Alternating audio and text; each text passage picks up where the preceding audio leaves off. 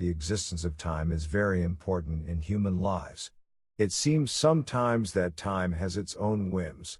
The following people are those who were sentenced to death by humans, but time made its own judgment and said your time is not up yet. So they lived in spite of all human effort to the contrary. A list of 10 people who survived their execution astonishingly. Number 10. Elizabeth Proctor, 1652 unknown.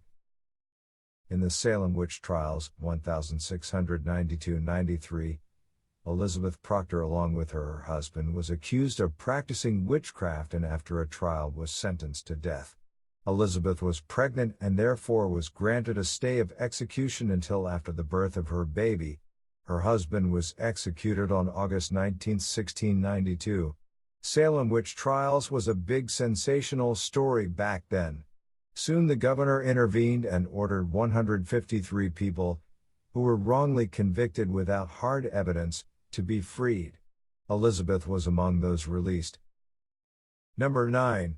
John Henry George Lee, 1864 to circa 1945. John Lee was convicted of murdering his employer, Miss Emma Keese, by clubbing her to death with an axe followed by slashing her throat with a knife and then setting her house on fire. He was sentenced to death by hanging. On the day of his hanging he was taken to the Exeter prison. He was made to stand on the trapdoor, beneath which his dead corpse would have been hanging, had the door not malfunctioned. They tried hanging him again but failed. After 3 failed attempts, the Home Secretary reduced John Lee's sentence to life imprisonment. Number 8. Zuleika Cota, 1977. In Iran, a young woman named Zuleika Cota was charged of adultery and sentenced to death by stoning. Cota was buried up to her waist, but soon after the stoning began there was a sharp, disapproving reaction from the villagers. Nevertheless, the stoning went on, and by the time it stopped, Cota was thought to be dead and her corpse was taken to the morgue. Arriving there, they soon discovered that she was breathing and was rushed to the hospital. Zuleika Cota survived that day to tell her story. Number 7. William Jewell, circa 1724. 17-year-old William Jewell was convicted of raping and murdering Sarah Griffin in London, and he was sentenced to death. The executioners hung his body for about 20 minutes, which was a standard procedure to make sure the person has died, before cutting him down. It was a practice then to donate dead criminal bodies for training of students to medical institutes. Accordingly, Jewell's body was brought to Surgeons' Hall. The corpse was stripped and laid on the board and was about to be anatomized when one of the servants noticed he was breathing, which got quicker every minute. He was then bled, and in 2 hours, he was able to sit upright. Jewell was sent back to prison again. The authorities soon decided to reprieve him, and his sentence was commuted to transportation, also known as penal transportation, i.e. exile. Number 6. John Smith, circa 1661 to after 1727. John Smith from England was charged of housebreaking and was sentenced to death by hanging at the Tyburn gallows. When at the Tyburn he was being hanged, his family and friends tugged at his legs to shorten his suffering, but some people held Smith's feet up for the possibility that he would not die. Apparently it worked. After hanging for a quarter of an hour, people began shouting for a reprieve. Unable to resist public clamoring, the authorities granted a reprieve. Smith was cut down and taken to a house in the neighborhood, where he recovered. He was granted freedom later. Interestingly, he went back to his profession of housebreaking and was convicted 3 more times. The 3rd time he was caught of theft and was sentenced to transportation, exile, to Virginia. Number 5. Anne Greene, 1628 to 1665. Anne Greene was a domestic servant who had committed infanticide in 1650. The child was her own child, said to have been fathered by the grandson of her employer. Greene hid her pregnancy and gave birth to a stillborn. She tried unsuccessfully to hide the body and was discovered and sentenced to death by hanging.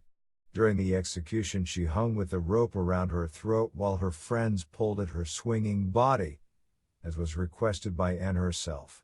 She was even struck severe blows just to make sure that she was dead. After the usual interval, she was cut down, pronounced dead, and handed over to the medical students. But the students were in for a shock when they discovered that the corpse was actually faintly breathing. She was accordingly treated and soon recovered. The event was regarded as the special interference of the hand of God on behalf of the innocent, and therefore Greene was pardoned. Number 4. Maggie Dixon, circa 1700.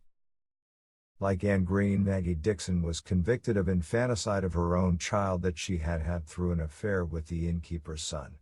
She kept her pregnancy a secret. The baby was prematurely born and died within a few days. Unable to throw her dead child into the river, she left it on the riverbank. So the baby was discovered and the authorities traced it back to Maggie. Maggie was taken for public execution at the grass market. After her hanging, the corpse was placed into the coffin, but on the way to the graveyard she awoke up and started banging from inside the coffin. This strange happening was seen as God's will, and so she was freed. Maggie Dixon is now hailed as a legend and is often referred to as Half-Hang It Maggie. There's even a pub named after her in the grass market. Number 3. Joseph Samuel, 1780–1806. Samuel and his gang were charged of robbery and the murder of a policeman. When the news of Joseph Samuel hanging spread, it attracted a large crowd who gathered at the execution spot. During the execution, the cart on which he was standing drove off, but instead of dangling in air, Samuel fell on the ground as the rope around his neck snapped. The crowd quivered and murmured among themselves.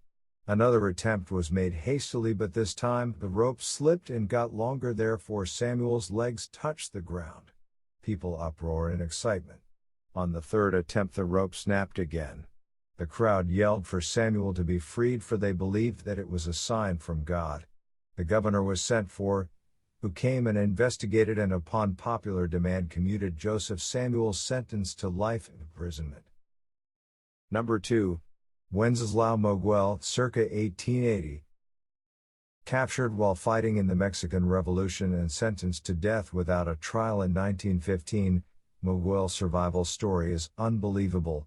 He was shot 9 times by the firing squad. The 9th bullet passed right through his head at close range to ensure his death. But Moguel not only somehow survived, he also managed to escape from prison.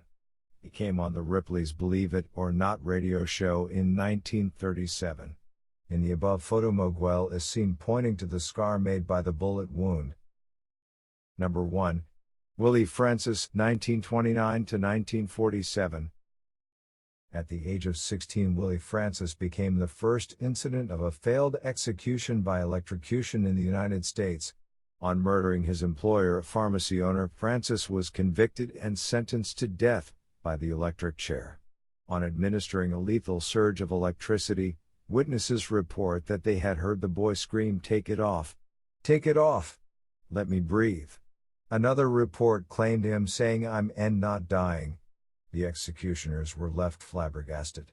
It was later discovered that the electric chair failed to kill Willy Francis because it was improperly set up by a prison guard who was drunk at the time. So Willy was allowed to live, but only for a year, after which he was executed on another electrical chair which was not set up by a drunk.